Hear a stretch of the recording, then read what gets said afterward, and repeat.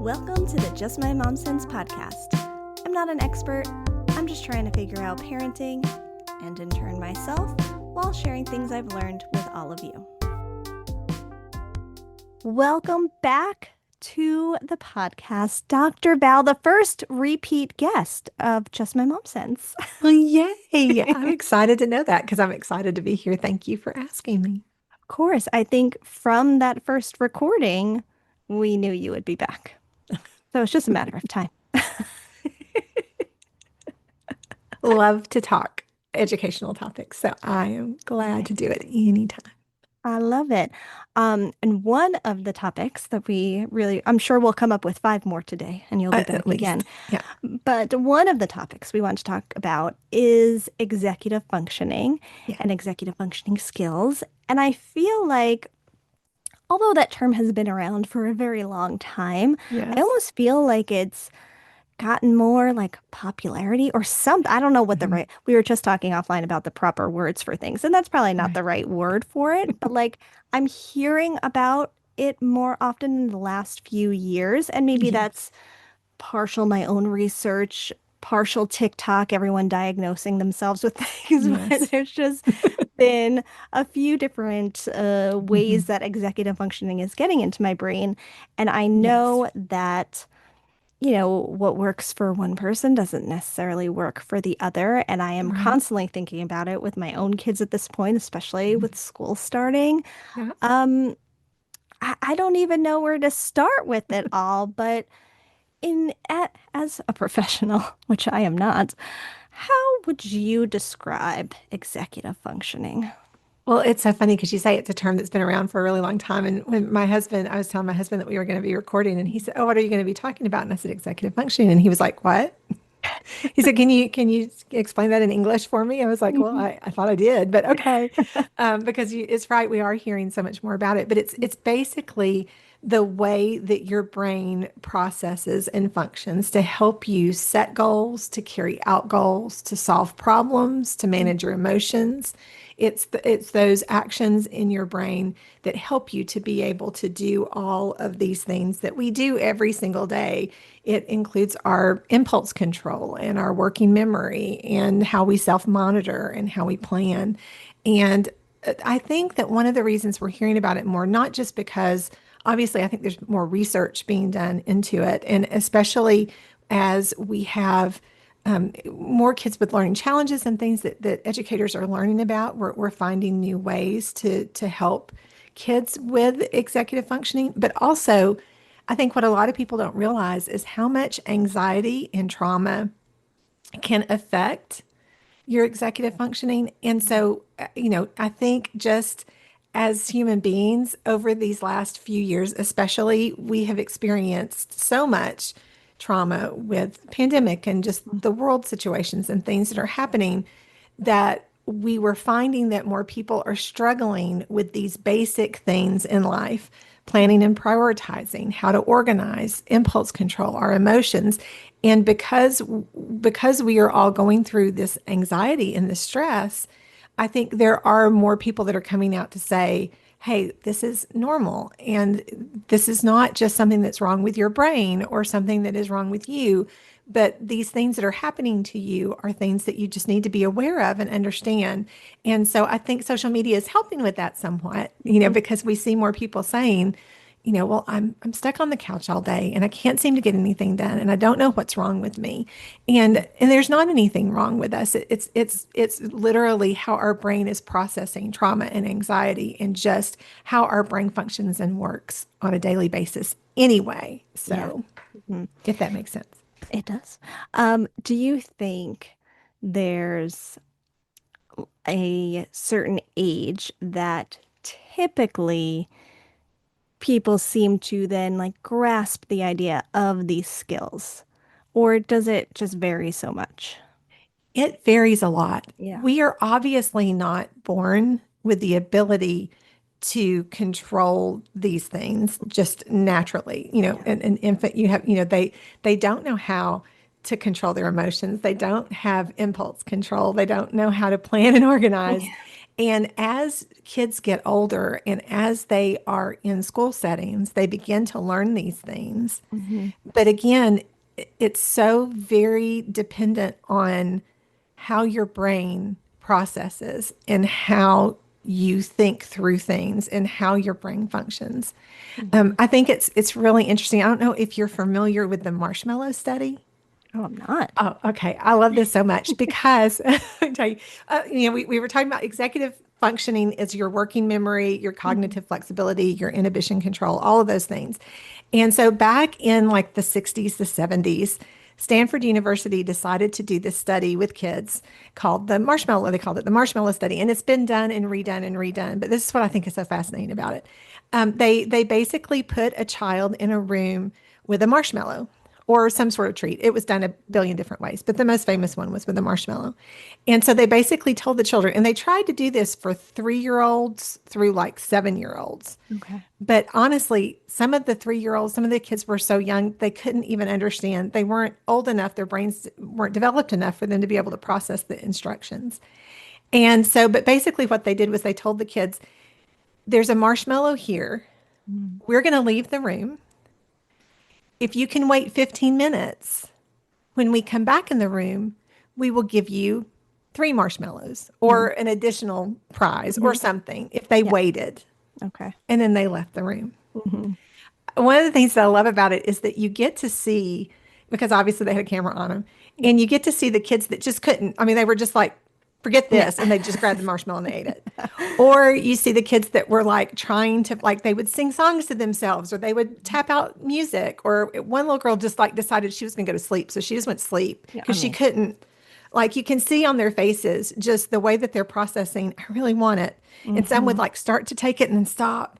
And yeah. then they that they were really, you can see all of the kids and how they were processing Hmm. the ability to be able to control their impulse of wanting to eat the marshmallow. Yeah.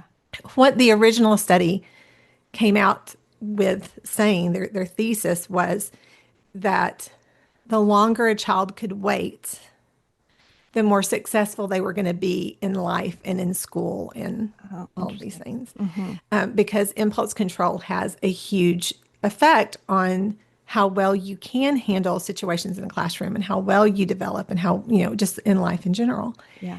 What we have learned over the years of them doing and redoing the study, in the most recent time that it was done, they actually did MRI Okay. images of the brains for the kids to kind of get an idea. And they did find that their prefrontal cortex and other areas of their brain, some of them worked faster, some of them worked slower.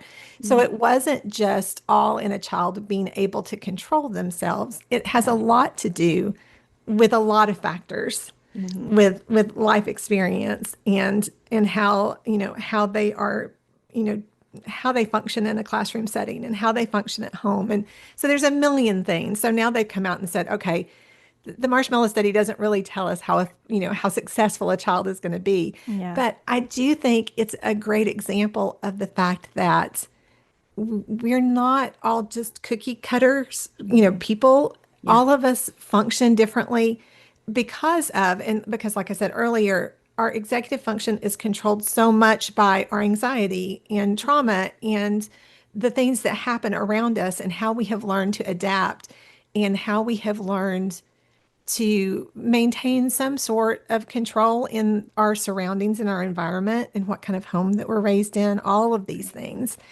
And so there's really not, they say that, your prefrontal cortex isn't completely developed until you're in your mid 20s or Mm. more some. Yeah. And so, and for boys, it's a lot longer than for girls. Hmm. And so, these things that help us to be able to do, to remember things, to control our impulse, to organize, to plan, all of that it's reliant on a number of things, not just one particular thing. Like you should be able to control yourself. You should be able to plan better. You should be able to organize. Hmm. And I think that that's one of the biggest mistakes that we make is when we do try to put a timeline on it, when we try to say, okay, by third grade, these kids should have their act together. Yeah. You hear teachers say a lot, well, I have to prepare them for middle school or I have to, they have to be able to do this by this time. Hmm. That's just not going to happen Yeah. because it's going to vary from child to child, from person to person, from Hmm. adult to adult. It's not going to be the same for everyone. Yeah. Yeah. Um, First, apparently I did know the marshmallow theory because that was a TikTok trend for a Oh, while. really? Yeah. I'm trying to remember how long ago because what is time, but probably a year or two ago, maybe, Yeah. that they were Oh, putting okay. candy in front of kids and being like, okay, I'll be right back. Don't touch this, and seeing Right. which kids would do it. Oh, So that's yeah. so Yeah. when we're thinking about where these TikTok trends come from, now we know they're coming from all these studies that have They been done. are. And I hate it's so funny considering that this is what this is my career for my entire life, Mhm. and what I have learned to do. Studies are so unreliable, and you can make them do and say almost anything you want to according to Yeah. how many how many participants there are in the study, and how you look at the results, and how you want to, interpret the data. It's all, like I said, it was so easy for people to say, okay, if your child cannot control their impulse control, then they are going to be a failure in life. Hmm. Hmm. No, Yeah. that is just because it was a very limited initial study, and they were looking at things that really weren't totally connected to whether or not that child was successful or not. Yeah. And so it's, yeah. So studies, it's yeah, it makes sense that it would be a TikTok thing. Yeah. I Poor. I miss that somehow. So I'll get you on the algorithm later. I'll send you some, okay, and then you'll yeah. just see all And of then I'll them see all of probably. them. Um, I I think it's interesting as I have semi learned more about executive functioning skills that, you know, it's something that um, I know that my husband Jay and I have been working Mhm. on for years within ourselves of just as we've become parents or Mhm. just owning a house and things that have to get done because I think both of us are definitely the type of people and we're the type of kids to wait till the last second to study for a test or do the homework, like needing the carrot dangled of like, this has to, you're out of time. So you have Mhm. to do this now, and there's no more time for excuses. Right. And we're trying to get better about that as we run a household of like, Mhm. no, it's okay to like do bigger cleans of the house even when company isn't coming over, like because sometimes we'd be like, well, someone should come over so we have an excuse to clean. It's like, no, we could just do that. Like do a bigger thing. But I even see with my kids before school started and trying to shake their nerves a little bit and as they were Mhm. preparing and I was talking to them about like you guys know that you're both probably going to have a little bit more homework than you're both used to Mhm. this year, and things will be a little bit different. What do you think will help you with the homework? What kind of Mhm. space do you think you need? Do you think you work better when there's a lot going on around you? Do you need some sound? Do you need complete quiet? Like what? And trying to come up with like what areas of the house, although I know they're kids and they're going to end up at the kitchen island, doing their homework most of the time. Yeah. But, Yeah. in theory, having these spots for them of now you can go into the zone and trying Mhm. to support them in that because again, more of my own learning about myself and because we know each other from the Disney community, we often Yeah. talk about how last second we plan Disney trips and that's just how I roll. But in my day to day, I now have a whole calendar and an organizer and a thing, and I have to write things down. I have timers on my phone. I have everything going on so I Yeah. don't forget things and I can kind of prepare more. And I'm trying to get them to similar places a lot earlier than me and Jay did. Um, do you think, from a teacher perspective and a parent perspective, all kids are different? All of Mhm. them need different things in Right. order to complete tasks. How do you go about figuring out what may be best for your child or your Mhm. student? The bad thing is the answer for that is truly trial and error, Yeah. Hmm. because kids can't verbally, especially young children, if you're talking about kids that are, say, under fourth grade, fifth grade Hmm. below, Yeah. kids really cannot verbally express their educational needs or Hmm. verbally even express how they're feeling or how they're processing. And So a lot of it is, like I said before, and it's not a naturally occurring thing. Yeah. You know, even our working memory needs training, and it Mm. needs, it's something that you have to work on and that you have to process through and that you have to really spend time on. Yeah. Being able to be flexible, to be able to handle things when things change, that's Mhm. not something that we just are naturally able to do, and especially not children, because again, prefrontal cortexes, they're not completely developed, so their impulse Mhm. control is not going to be great. Their emotional control is not going to be great. And when kids can't verbalize how they're feeling, how they're processing what's happening around them, then they do tend to act it out as opposed to being able to speak it. Right. And so it is really hard for them to be able to say, well, I need organized folders and I need to have, because they can't really process that. Yeah. And so it is a lot of really getting to know your child well Mhm. and really staying as involved as you possibly can in how they're doing academically and how you see them processing and how you see them learning when you begin to notice, well, they seem to do better when it is quiet in the house, or maybe Mhm. it's really like, wow, that went a lot smoother, even though the TV was on. Yeah. It's those kinds of things that help.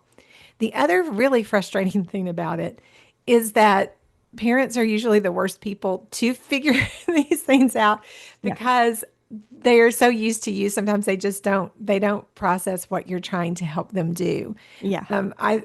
I had that situation with our daughter. Our daughter was diagnosed with ADHD very late, Mhm. and we were doing all the things to try to help her to, academically, she really struggled. Mhm. And so, and I typically am a very organized person. I like organization. I like, all of the things, the color match folders and all Yeah. of the kinds of things that you do to help, and I would always try to help her and she would just kind of halfway pay attention to me. And so at one point, I want to think it was maybe around fifth grade, we decided to do, there was a tutoring place in town called the Learning Lab in Nashville that we took her to for her to have some testing done. And then they started working with her as tutors. And I can just remember, I'll never forget her coming home that day and going, Mom, this is so cool. Tammy told me that if I just had a color folder that matched the color of the book, then I could find it in my locker easier and I could just do, and I Mhm. was like, do you Yeah. know how many times I tried to get her to do that? But I just had to just go, oh, that's really cool. Well, let's go to the Mhm. store and pick out some folders and, Yeah. and just really encourage her because they do tend to not always hear us when we're, Oh, talking yeah. about it. But it is really just finding out because it's the same in a classroom. And this is where teachers it tends to drive me a little bit crazy. And when I was a principal, I would have a lot of conversations with teachers about this because, and again, I totally understand why, because we're working, well, back then it was 24 kids in a classroom. Now they're looking at 30, 35 Yeah. kids in a classroom. And it is really hard to get to know your kids well enough to begin to understand how they learn better and how you can help them and how you can encourage them.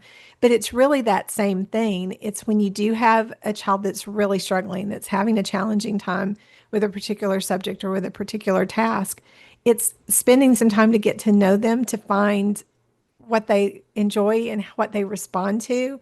Yeah. And it does take a little extra work and a little extra time. Mhm. But it's also the thing about it too that we have to remember is especially as parents, as kids grow and develop and learn, the way they learn can change. Mhm. They become more independent, but they do start to have things that work better for them or things that help them be more efficient at what they're doing. And so that means that we're constantly watching Yeah. them, if that Yeah. makes sense. Yeah. Yeah. Totally.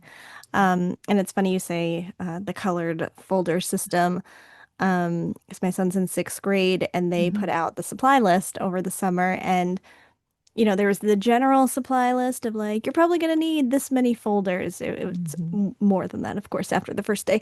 Oh yeah. But in that first week, he was bringing home, and certain classes needed binders, certain classes needed notebooks, certain ones Right. needed folders. And because of now how my brain kind of works, I'm like, great, we're gonna color code this whole thing. This will be great. Hmm. If he needs a red notebook for this, then we're gonna get a red match. And I like couldn't necessarily find the matching or Yeah. or then like a different color. I'm like, he already has a green folder. I don't want to give him another green folder. He's going to get confused. And like I'm taking that on then. Oh, yeah. But yeah, at this point in time, it makes so much more sense to like color code things and everything has its own place and it'll help your brain kind of know what you Hmm. need and all of that. But yeah, Right. it's hard if you can't find that, but Right. I'm Right. sure we will get to a better place with it. It's almost like the teachers left that too open, which can Hmm. be appreciated in case you can't find things, but also like, can you just tell me what color I need to get? Yes. Just tell me. Yeah. No, and it's funny because it's like you said, like so many teachers have very specific things that they want to Yeah. see. And then if that doesn't go along with what another teacher is wanting to do, it can be because when you hit middle school and you're changing classes, Yep. that's when the whole ball game you Yeah. start all over again because you are then working with so many different teachers and so many different rules and they're moving, so the options to lose things are greater, and they just have, it's just more of a struggle. And Yeah. so it is great if you can work with kids and get them a little more independent and a little bit more organized when they're in elementary school before they Hmm. do hit those middle school years, because then it does just kind of like fly like crazy. Yeah. But you also just can't expect them to automatically be able to handle this or know this, Yeah. with no, with no help, because they can't. It's just not Yeah. the way our brains are wired. It's not the way that we work and that we think and we Hmm. process. And then you have to add on too, because like I said before, it's not just the functioning areas of our brain that might be different or our Hmm. learning styles that might be different, but you also have the anxiety, the trauma, that component of you know certain teaching styles might be more stressful than others. Yeah. So a child might be more stressed out in, say, a math class than they are in the English class. There's so many environmental factors Yeah. to it. Hmm. And so many of our kids now are struggling with so many more things than they need to. And I think that sometimes teachers forget that aspect of it too, what a child might be going through at home, Hmm. what their family dynamics are, Yep. how stable is their home environment. Yeah. A lot of times we say that, kids are kids and it should be fun and everything should be exciting and it should just be, but kids really do they really do need structure. Yeah. They need organization. They don't realize that they need it. They don't realize that they need to be able to feel this assurance and this, this, when we know this is going to happen. Yeah. Not that I'm not saying that you can't have a fun day or do something out of the ordinary or do something Right. fun, but they really do need structure. And I know that a lot of times we would see kids coming into school that literally didn't even know where they were going to sleep that night. Hmm. Yeah. And for them to be coming into school, maybe in the same clothes, having slept on a random person's couch, not knowing if they had breakfast or not that morning, a teacher can't expect that child to be able to walk into a classroom that day and for all of their mental processes to just be firing on, Yeah. because there's too many other things. And I think that like I said, we've learned that with kind of this collective anxiety and trauma that we've gone through as just a human race, just that we can see that we have those moments of where we just feel like we can't get out of bed or we can't get up out of a chair or we can't seem to do something.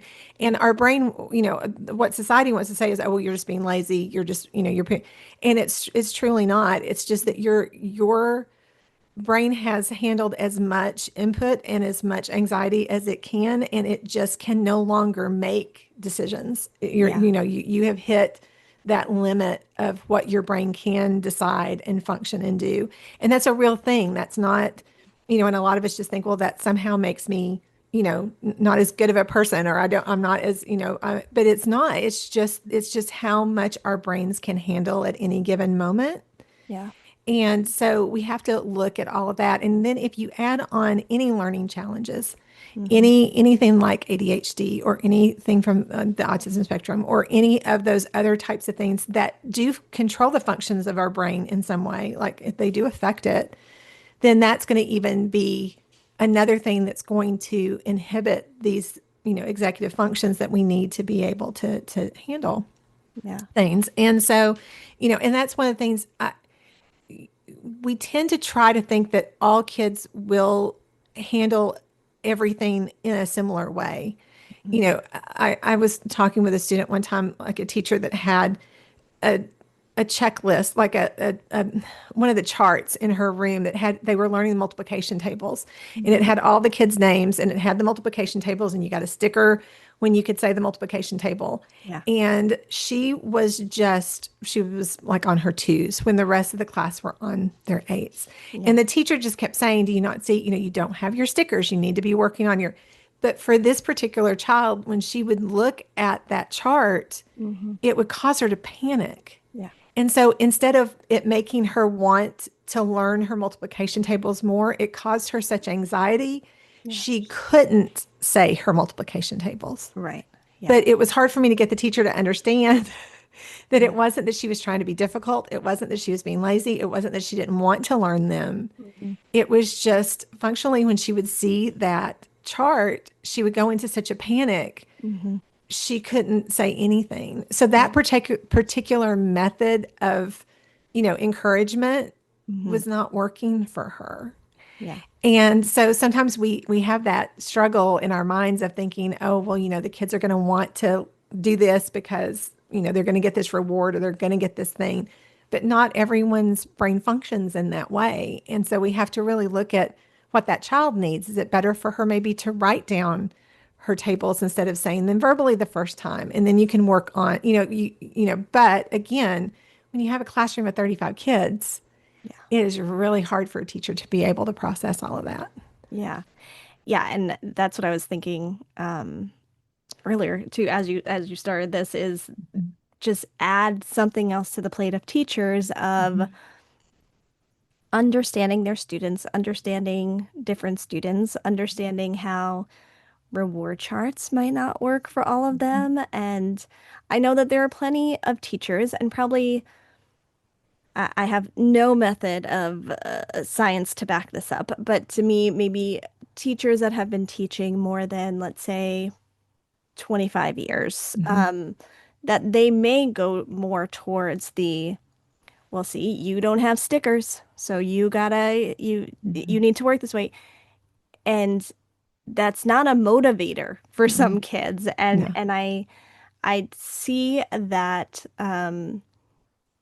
the difference in teaching styles, depending on what the teacher's background is Mhm. and what school they're in, what grade they're teaching. But if you're coming from the place of, well, no, this is how I motivate my kids, but yeah, but not Mhm. all kids are going to be motivated. And instead of being able to grow and learn, you're turning kids away with whatever the thing is. But, Right.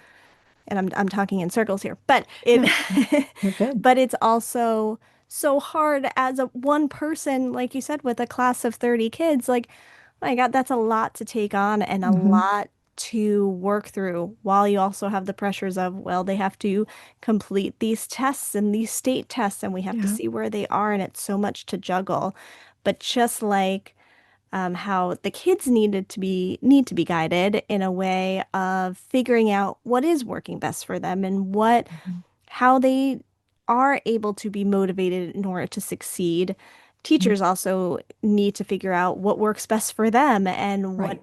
works for the majority of the kids in the room, and Mhm. what, so it's so hard to kind of mesh those two together, Mhm. I would imagine, not Yes. being in that world. It Yeah. is, but I think too that that gives parents a great opportunity to be able to help the teachers Yeah. because if you can figure out in your home what are the great motivators for Hmm. your child, Yeah. do they do well with some sort of a reward-based system? Hmm. Do they do great with checklists? Yeah. Do they do better if they have more time? I know, like for our daughter, one of the things that really helped us because she had a hard time doing homework at night. Hmm. And so I decided to get out the egg timer. Hmm. And so I made it a game. Yeah. And then if she did this for this long, then we got to play a video game or we got to do something, and then we would come back. Yeah. And it worked so incredibly well for her because she loved the idea of trying to beat the time. Hmm. And so for her, it really helped her to hone in and focus more because if she didn't have that time, she would let her mind wander. For Yeah. me, I deal with a lot of anxiety. I deal with a lot of test anxiety, mainly because I don't do well with timed Yeah. things. Like if you tell me I have to finish this in 2 minutes, Hmm. my brain is going to panic and then I can't think and then I can't remember how to do something and then I can't, it's not going to, it's not going to work for me because I'm going to panic in the clutch. I'm not going to be able to. I do better if I have time. Like I need to be able to know, okay, I have time to think through this. I have time to figure this out. Yeah. So for me, that wouldn't work. So it's, it again, it goes back to kind of that trial and error. But Hmm. if you can find ways that you find that your kids do their homework better or do chores better or do keep up things in a different way. I had a student, and I may have told the story. I was trying to remember if I told the story when we were talking about learning styles, and if we did, you can just cut it out. But I I had a student that was in the process of being diagnosed. He was going through testing, and he was really struggling, and he was struggling with he was not able to control his impulses, and his emotional maturity was not where it needed to be in fourth grade. And he just would get frustrated enough that he would throw things. He would, he would throw himself on the floor, that kind of thing. He was very, and so I was trying to find ways that we could help him until we got the help from the testing and everything that he was Hmm. doing to kind of be able to create an IEP for him. And so I was talking to him one day and I found out that we were playing the same video game. I'm a huge fan Oh. of Zelda, Legend of Zelda, and he was actually it had just come out a few months before. He was playing it. I had been playing it. Hmm. And so we were talking about it. And so what I started doing was that I would like give him an abbreviated math assignment. Obviously, it wasn't the same as everybody else was getting, but I would give Yeah. him an abbreviated math assignment and I would say, okay, if you can get through these first, questions, I will tell you where I found the sword, Hmm. or, like that kind of thing. And he was like, Yeah. and so he would go and he would work and he knew I had to get it all right. And he knew, like we had all these, like little parameters. Yeah. And I know that that's a really hard thing to do in a classroom, but it was worth it for me to spend the time with him, not just for him, but also just for our classroom environment because Yeah. he was struggling so much. Hmm. And so for me to be able to find that little motivator for him because he was, so desperately wanting to know where to find things in the game and how to do things in Yeah. the game. And so it ended up helping us get through the time until we were able to get his testing back, till we were able to create an IEP for him, until we were able to help him Hmm. in a more efficient way than working through a video game. But again, it was just trying to find the things that we know that kids can process and can handle and that they are interested in that will help them to be able to calm that part of their mind down. Yeah. And you might say, well, that doesn't make a lot of sense. But as I sit here, I have my stress ball and I have my Haunted Mansion fidget spinner That's because amazing. for me, when I'm doing things, if I do start to get overwhelmed, if I'm having trouble processing, if I'm starting to get anxious, these kinds of things help me to be able to get my brain to calm back down so that I can process and so that I can think. And if I'm doing this at my age, which we won't Mhm. say, but if I'm doing it at my age, how much more do our kids need to be able to find the things that are going to work for them to calm down their minds so that they Mhm. can be self-aware, so that they can set goals, so that they can initiate a task. Yeah. Because when our brain does get out of sync, when we get that stress, when we get that, it has to, there's a need for it to calm down before we're going to be able to move forward. Yeah. That makes Yeah. sense. It does. Going back to anxiety a bit with executive functioning, Hmm. if I look back at my time in school, I see so much can be chalked up to anxiety that, we had no clue about. No. Um, but now throw into all of this, not only do children's brains not automatically work these ways, they're also Mhm. changing so much as they're growing. So maybe something that didn't bother them in first grade or an anxiety that didn't really show in first grade is now all of a sudden showing in fifth grade. And Right. if a parent or teachers that know the student well enough that to know, well, like what's happening? Why is Mhm. it? I feel like the assumption could be like, that's not really a thing, and it's just this, and we'll just brush it off. But how are you able to tell, like, oh, nope, this is something that we have to Mhm. pay attention to more? And maybe it wasn't a thing back then, but it is now. And that does happen because kids are growing and changing and Right, adapting differently, and school's getting harder and whatever it is. right, right. Yeah. Well, and I think that that's one of the things that is so difficult because we really do have to be very aware Hmm. of how they are handling situations and processing. That means we do have to stay on top of what their grades are looking like, Hmm. what their assignments are looking like, how well they are maintaining schedule, how well they Hmm. are handling things, because everybody is going to have a day. Yeah, Everybody's going to of have a course. day. Yeah. You can have your highest functioning, student in the class, and every once in a while they're going to have a day. Hmm. And so we don't want to overreact when we do see those days because we don't want them to feel like, oh, is something wrong? Because we don't want Hmm. them to become like overly sensitive about, oh, was I not supposed to feel that? Was I not supposed to behave this way? We want to Hmm. make sure that we're validating to them how they're feeling.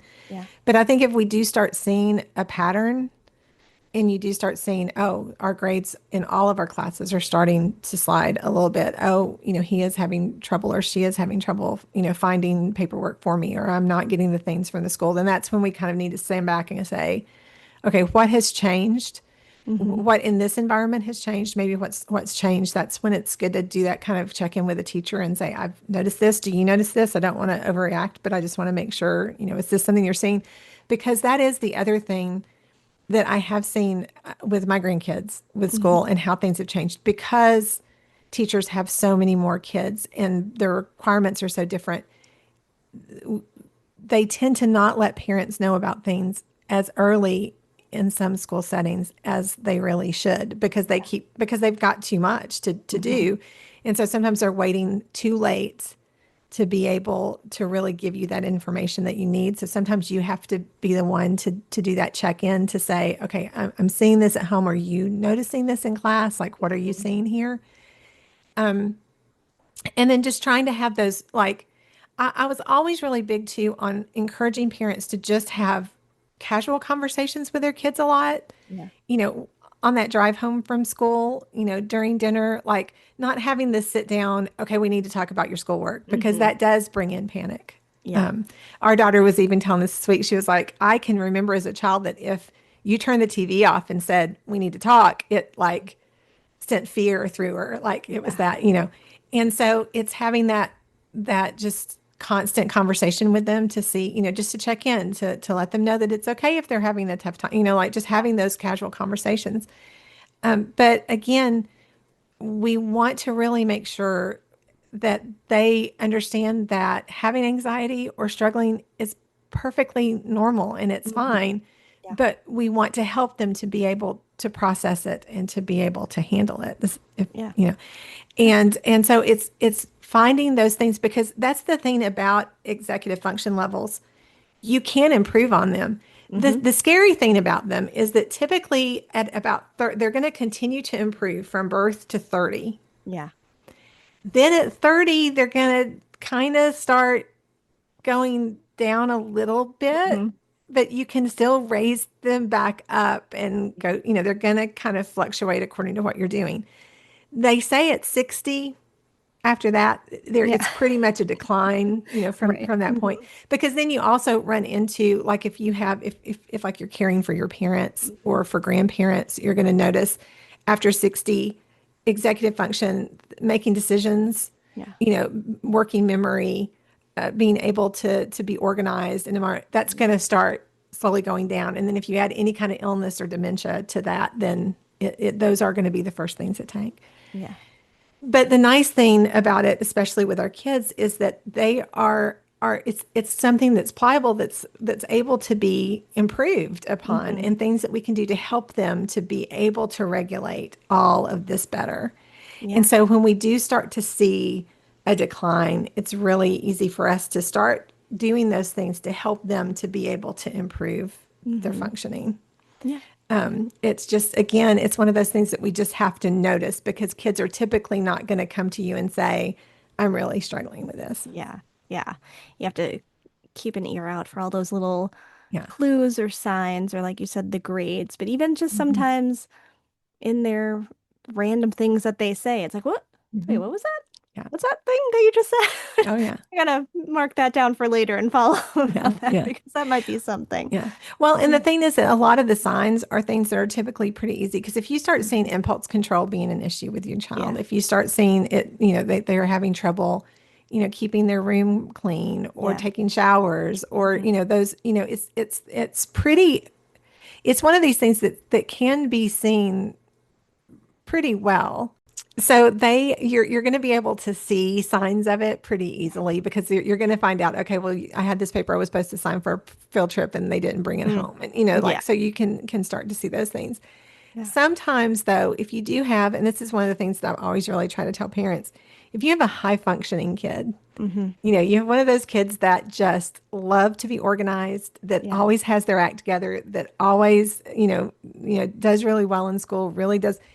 Those are the ones that you do have to pay a little bit more attention to Hmm. anxiety wise Yeah. because they are, for whatever reason, are very, very great at their impulse control. Hmm. But there is going to be a time where if they are starting to spiral, Yeah. it's going to hit as a hard burnout as opposed to you being able to see it slowly happening because they're Yeah. going to try to stay high functioning as long as they possibly can because of whatever it is that motivates them to be high functioning. Right. And then they're going to hit the wall hard when they hit the Yeah. wall. Yeah. And so that one's a little bit harder to really pay attention to. But I feel like those are the kids that, one of the things that we know that helps with executive functioning are those things that help us with everything in life. It's Hmm. exercise, it's, getting outside, it's moving, it's learning mindfulness training, Yeah. helping them to learn how to meditate Hmm. or to spend time, listening to music or, things that are going to help. That's all going to help, especially with inhibition control. Like if kids are struggling with being able to control impulse, if they can learn how to breathe, Hmm. teaching kids how to breathe deeply and to Yeah. do that through games and to be able to do that's going to help your high functioning kids, especially because that's when that anxiety is going to creep in because they're whatever it is that's causing them to, you know, work at such a high functioning space. Yeah. There is some sort of impetus that's causing that. And like I said, it can fall apart pretty quickly. So we want to make sure we've helped them learn how to breathe deeply and how Hmm. to think through things and how to take their time on things. And Yeah. so it's where those video games and things can come in really handy Hmm. because you do have it's hand-eye coordination, it's critical thinking skills. Yeah. There's a lot of games that can really help kids to be able to improve their cognitive functioning through video games, but also through games that you can play at home when you're playing matching games or you're playing memory games or you're playing any kind of tactile hands-on where they're using their eye hand coordination. That's one of the reasons why, like for example, if your kids are involved in sports, Hmm. one of the reasons why sports can be helpful, it can also be detrimental in some ways if it's a little too intense. Yeah. But if they have fun playing, like for example, basketball, Hmm. not only are they getting the cardio from it and the movement, but they're also passing the ball and trying to shoot the ball. So it's helping with those kinds of executive functioning skills Hmm. of hand-eye coordination in planning because you have to think about who you're going to pass the ball to and what. Yep. So sports that are encouraging those kinds of things can be incredibly helpful for kids to actually be able to learn those things that they're going to be able to translate into their education and into Yeah. their life. So, Those are all awesome. And to me, it's all tools in the toolbox, as I like to call them, mhm, of just anything that could potentially help you get through a situation, help to remedy a situation, help to prepare you for a situation. Like all of those things are just great tools to keep gathering as you grow, but also just forever, mhm, forever. forever. And so you're and so you're just adding to your toolbox so that you get more comfortable with them in non-stressful situations so that you know you can go to them and pull from it during the stressful situations or those times of anxiety or uncertainty or feeling overwhelmed. Um, Well, and we learn really early in some situations to handle those feelings in more detrimental ways. mhm, Because again, once our brain gets overstimulated, whether it's decision fatigue or mhm, it's trauma or anxiety or whatever's happening, your brain is firing off on such a speed that you just want it to slow down. yeah, And so typically the way that people are going to get that feeling of calming their brain down is going to be either through sleep, like mhm, they're just going to crash. yeah, They're going to find comfort food. mhm, They're going to go to things that are going to slow their brains down. yeah, And so what we want to help our kids understand is that if they can also get that same calming effect in their brains if they go for a walk, if they do mhm, yoga, if not that there's sometimes where we don't just have to sleep and reset our brains, yeah, and not that we can never have fun food to eat or mhm, comfort food because that's always something that everybody needs to do occasionally. yeah, But if we find that our kids are leaning towards those things more often, if they're sleeping more often, if they are eating at irregular times, if they're doing anything that could be more detrimental to their health, mhm, because what they're basically trying to do, and it's why a lot of people turn, to alcohol or to drugs because what they're wanting is they just want their brain to calm down. Because once our brain gets stimulated and all of those neurons are just firing, you can't think. You get to that level of, okay, I can't process, I can't think. But if we can do things to help them find healthy ways to regulate their emotions mhm, so that they're able to manage their stress and anxiety in a more positive way. And that's through helping them breathe and just going for a walk or teaching them some yoga or, doing something more active, but also having those good conversations with them where you're encouraging the positive, yeah, telling them, how great they are and all the things that they can do well and really encouraging them.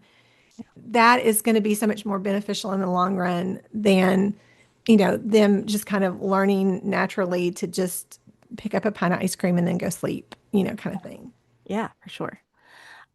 Something I talked to with our fellow Disney friend, Dr. Troy, on the last Yes. episode, and also with my previous guest, Joan Green, because she is like all knowing when it comes to a lot of assistive tech and tech that can make learning less stressful and Mhm. easier and all the tools that there are. I was just wondering if you had any thoughts on the amount of technology that's available at this point that can help with a lot of these skills and can help students, especially like high school, college, Mhm. stay organized and really set them up for that path as they head towards adulthood. Yeah. I think a lot of it has because there's so many things. I, Hmm. I mean, even just for myself, as I have been over the last few years, especially dealing more with my anxiety and trying to like work through some of this, even at my own age, Yeah. because when life changes, that's another thing that really affects things. When your Yeah. life goes through major changes, when you change jobs, when you change schools, when you go from elementary school to middle school, those are major life changes, and Mhm. that can affect your executive functioning because everything is just so different. So Yeah. you're not falling into your typical habits and your routines because things have changed. Yeah. And so I think that there's so much technology out there Yeah. now. Like I said, I think it's finding what the kids can relate to the most and what they're going to be the most comfortable with finding. I Hmm. think now if your kids, have phones and or they're able to keep a calendar on their phone and use the timers that are on their phones and to be able to, there's so many apps right now too that have come out that help with executive functioning that's actually what they're advertising is that they Hmm. help you because one of the things about when we get overwhelmed and when we do have that period where we're just on the couch and we can't get off the couch and we don't know what to do, it sounds silly, but just having a checklist, Yeah. like Mhm. being able to try to just make a list of things you need to get done and just say to yourself, okay, I'm going to set a timer for 15 minutes. And I'm going to do number one and then come back and sit down. And I Yeah. don't have to do any more if I can't do any more, but and so you can do that with younger kids just with sticky notes and charts and big calendars. Yeah. I love the all of the great new digital calendars that they have now because we used to keep the big just handwrite calendar up in our Yep. kitchen when our daughter was young, but now you've got these great, so you can do the colors and you can do the Yeah. stickers and you can do all the things. But honestly, I think that it all comes down to how your kid works the best, how they Mhm. function the best, because for me, it's really funny. We've always been early adopters for technical things. My husband's Yeah. a tech guy, and so we have all the gadgets, all the iPads, all the stuff. Mhm. But for me, I still do better when I write things down, and he makes fun of me because literally I make my list and then I put it on the reminders app. And Yep. he's like, "Why are you?" And I said, Yeah. "Because for me, I can function better when I'm writing it down and then I can transfer it over so I have it with me everywhere." Yep. But just having that pen and paper Yeah. is huge for me. And so Same. literally I have all the calendar things on my phone and I have a paper calendar that I Yep. still like sit at the beginning of the week and Hmm. work through it. And then I just transfer it all over to my computer so I have it on my phone. Yeah. And so I know that, that sounds weird, but it just is, it's the way your brain can function best. Yeah. My grandkids would never, I mean, everything in their world is electronics. Yeah. All of their textbooks are on their computers now. All of their, everything is Yeah. electronic. I don't even think that they could function with a handwritten calendar. Yeah. I Yeah. think they need it. So Hmm. I know that it's probably not answering your question well, but I think it goes back to what is going to work most effectively for your kids and for you to know that it's going to be trial and error. Yeah. Because I know a lot of parents might get frustrated and say, "Hey, I got you this notebook. You're going to use this notebook." Yeah. They didn't know they weren't going to use the notebook. Yeah. It's going to take them actually trying it and doing it and seeing how this works. Yeah. But like I said, I still have all of my sticky notes and things because it just that helps me. And so if that You got makes to sense. organize your brain somehow. So you got to find Do what I have works. to, because you have to get it all, like, you really do have to get it out because I found, especially as my anxiety's gotten worse, I have found that I do tend to mull over it and worry about it more. And if I can just dump it all on a piece of paper, Hmm.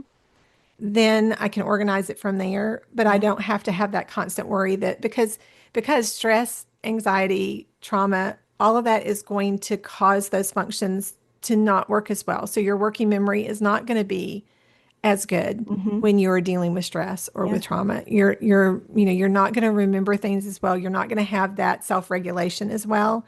It's why they tell you, studies have shown that your brain has a certain limit of decisions that it can make in a day. Hmm.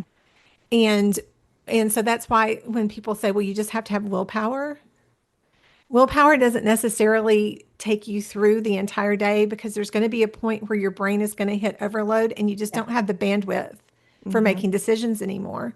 So if you haven't already made those decisions, you're not going to make good ones Yeah. Oh, for because sure. your brain just can't, it's going to default to what feels comfort for Yeah. you. Yeah. And so you can't, it's why it's so important for us to have these, like if you are trying to do something, then you have a plan, you have it all laid out.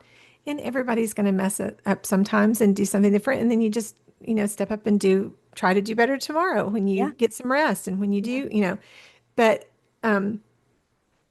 we have to remember that for our kids, it's 100 times harder Hmm. because their brains aren't as they're not fully formed, they're Yeah. not complete, and so they don't have.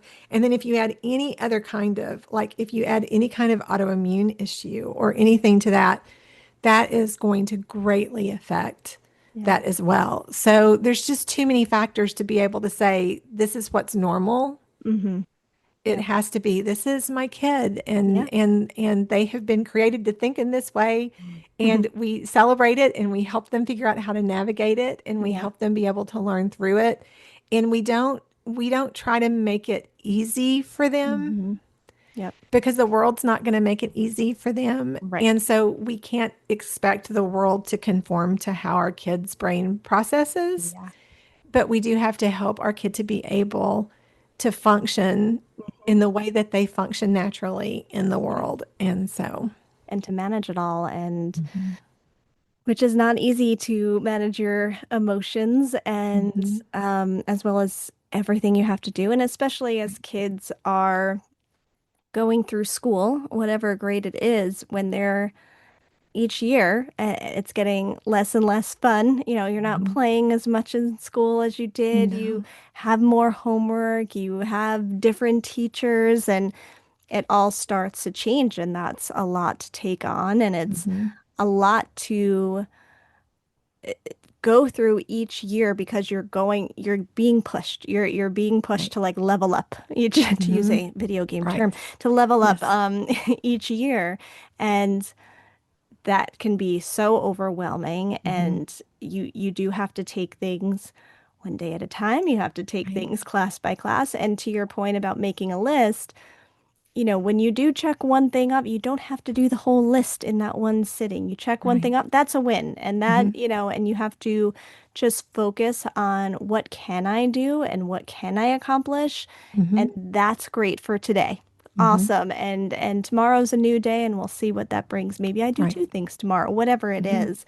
Um, because life is overwhelming. And so you have to Yes. be able to manage it all so that it doesn't take you down. Right. Well, and I think that so many times, because it's like I said, I had all those teachers that would come into my office when I would be like, okay, can we look at this situation a little Yeah. differently? And they would be that, like, the third grade teacher that says, but I have to get them ready for middle school, or I have to get Mhm. them ready. And I'm like, no, Yeah. these are the things that I think that we've been told for so many years that, we worry about their permanent records. Yeah. We worry about that B or that Yep. C. Hmm. We think that if they don't get into this particular school or this particular college, then life is over as we know it. And that's the kind of pressure that, one, is not realistic, but it Hmm. also is unnecessary for kids, because that kind of pressure is not going to help with those executive functioning skills. It's only going to cause more anxiety, and anxiety only makes them worse. Hmm. And so it's not that it's not great to have goals and that we want to encourage them to do their best, but I think we also have to stop thinking, okay, this one C is the end of the world. Right. Yeah. We have to be able to look at, like, there are other ways. Like, if they don't get into a particular college right out of high school, then Yeah. there's other options and they can strive for it again. Yeah. It's not like everything is the end of the world, Yeah. which we sometimes tend to feel like when we're with our kids, because we don't want something to destroy them, or to break them, or and I think that we have to realize that it's okay. It's going to be okay. If they're struggling with this, we just keep working on it. We keep encouraging them. We don't make them feel like something's wrong with them or Yeah. something's bad, Hmm.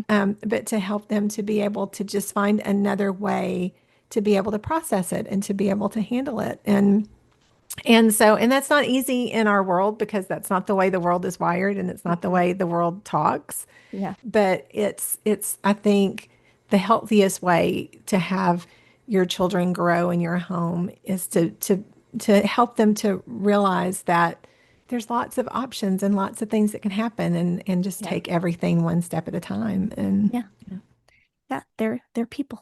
they're Think of that, people. And as People. much as the instinct is to like, can we just keep them in a bubble and everything will be Yes. fine? You can't, No, and you have to can't. prepare them for the world, and you have to prepare them for all the things. But as Mhm. many tools as you can put in their toolbox now Mhm. and early on, the better they'll be prepared for all of that. Yes. Not to say things won't trip them up, but at No. least you're kind of planting those seeds. If we can help them with their basic skills, if we can help them with their critical thinking, if we can, we talk so much about how, well, I don't want my kids exposed to this, or I don't want that.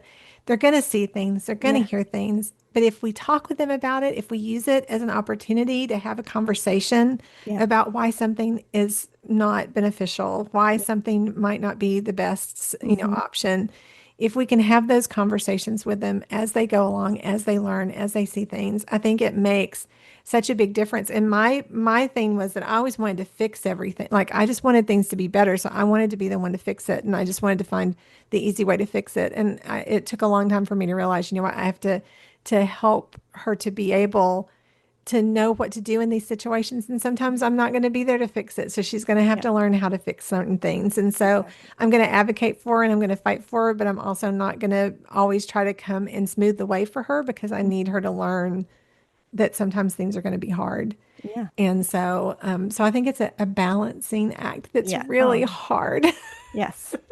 All a balance, Oh, and yeah. the scales are tipped one way more than the other some Hmm. days, but it's all a balancing act, and Yeah. it's tough. And if there's an area where you are struggling with, finding the tutors, finding, places, because there's so many ways now Yeah. that either online through programs, through games, through things that you can find online to be able to help kids to learn more Mhm. effectively, or to be able to find tutors or people that are, people that work in therapy that can help them handle anxiety and to help them handle, getting that outside help is not a bad thing. It's a very good thing. And to Yes, me, for the sure. earlier you can get that intervention, the better, because it's just going to help them normalize that and see that Yeah. that's perfectly fine, that they just need a little extra help. And there's nothing wrong with that. It's just the way their brain is Yeah. functions. It's just the way their brain was developed. So, Right. Yeah. yeah. And they don't know it yet, but when you ignore that and grow up to be an adult, people Mhm. notice that you ignored those things. And it's good Yes. to it's good Oh, yeah, because there are so many things. I look back now and seeing, my daughter as an adult really trying to learn how to function with ADHD and Mhm. in work and in everything that she does. Yeah. There's so many things now that I look back and I think, oh, I wish that we had tried this. I wish we had done this, Yeah. because but we're learning more and more Yeah. every day and we can Yeah, read more, exactly. and there is a lot of information out there. And I do go back to kind of where we started when we talked about the marshmallow study. Hmm. There are a million studies out there, and there are a million people trying to sell us a million things. And they Hmm. use these studies as examples, and they tell you you have to do this, or you need to do this, or this is what you need to do. Yeah. Again, I go back to studies can be, they can be evaluated in a million different ways. They can be Yeah. presented in a million different ways. 9 times out of 10, somebody's trying to sell you a particular product with a Hmm. study. And so, what we have to do is just really think through when we're reading things online and when we're Yeah. trying to find, because it's always good to be able to go online and find suggestions and find things to help you. Hmm. But there is never going to be an end all and a be all. Yeah. There's never going to be a pill that your child can take that's going to Hmm. immediately help them to be able to process and function better. There's just not one. I mean, maybe Yeah. there will be someday, but there's not now. Yeah. So you really do, a lot of this is trial and error. Like these are the things that that you just have to kind of work through and see through and try to find other people that are saying the same thing before you Hmm. kind of latch on to a fix. Yeah. You want to Yeah. make sure that you're doing that because there is so much out there now and so Oh many yeah. apps that do so many things. Hmm. And so we just have to find, what's going to work best for our kid. Yeah. And you gotta weigh it all out and know what you're going through, Mm. and to know that it's not gonna be perfect, and what may work one year may not work the next year, and you gotta kind of pivot and Yes. you know um make the necessary tweaks as you go on, but Mhm. it can all be done, and yeah, reach out for help in the Mhm. schools, outside the schools, um, other parent communities. Mhm. Yeah, there's so much more available, which is great because people are Mhm. just learning more and trying to educate, which can be overwhelming and Mhm. helpful all at the same Yes, time. it can. It Yeah, can. It's all going to be okay. it's all gonna be Deep okay. breath. It's all going to be okay. Exactly. Because it's like you said, it's an ongoing, constantly evolving, constantly changing, Yeah. which is very annoying. But it's life. It is, Yeah.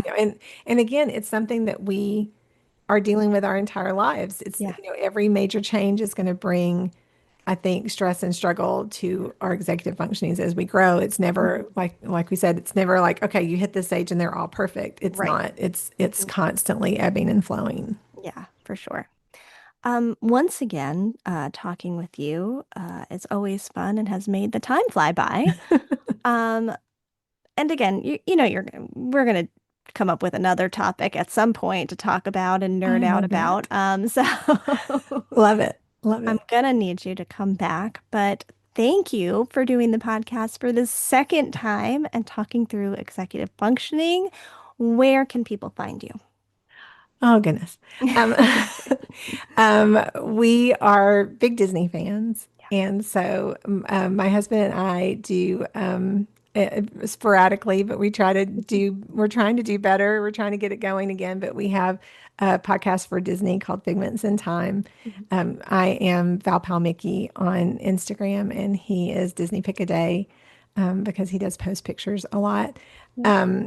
I am not currently serving in education. I am at a place in my life where I am taking care of family and doing some Mhm. other things. So I am not currently working, but I have a friend, Virginia. She and I have a podcast called Kidmin with Dr. Val and Dr. Virginia, where we talk about basically education topics as it can be used in church settings, in Sunday Mhm. schools or Bible studies, that kind of thing. Yeah. And so we talk a lot of education topics and how to help kids to be able to learn better. So we do that through KidMin. And so those are primarily the ways to find me these days. Yay. All right, so everyone listening, go find Val, Dr. Val, and we'll talk again soon All for the right. for the next topic we Yeah. decide to do a deep dive on. Sounds fun. I love it. Thanks, Jen. Thank you. Thank you for listening to the Just My Mom Sense podcast. You can follow me on Instagram and Facebook at Just My Mom Sense and visit justmymomsense.com for past vlogs and a few of my favorite things. Music for this podcast was produced by Matt Harvey.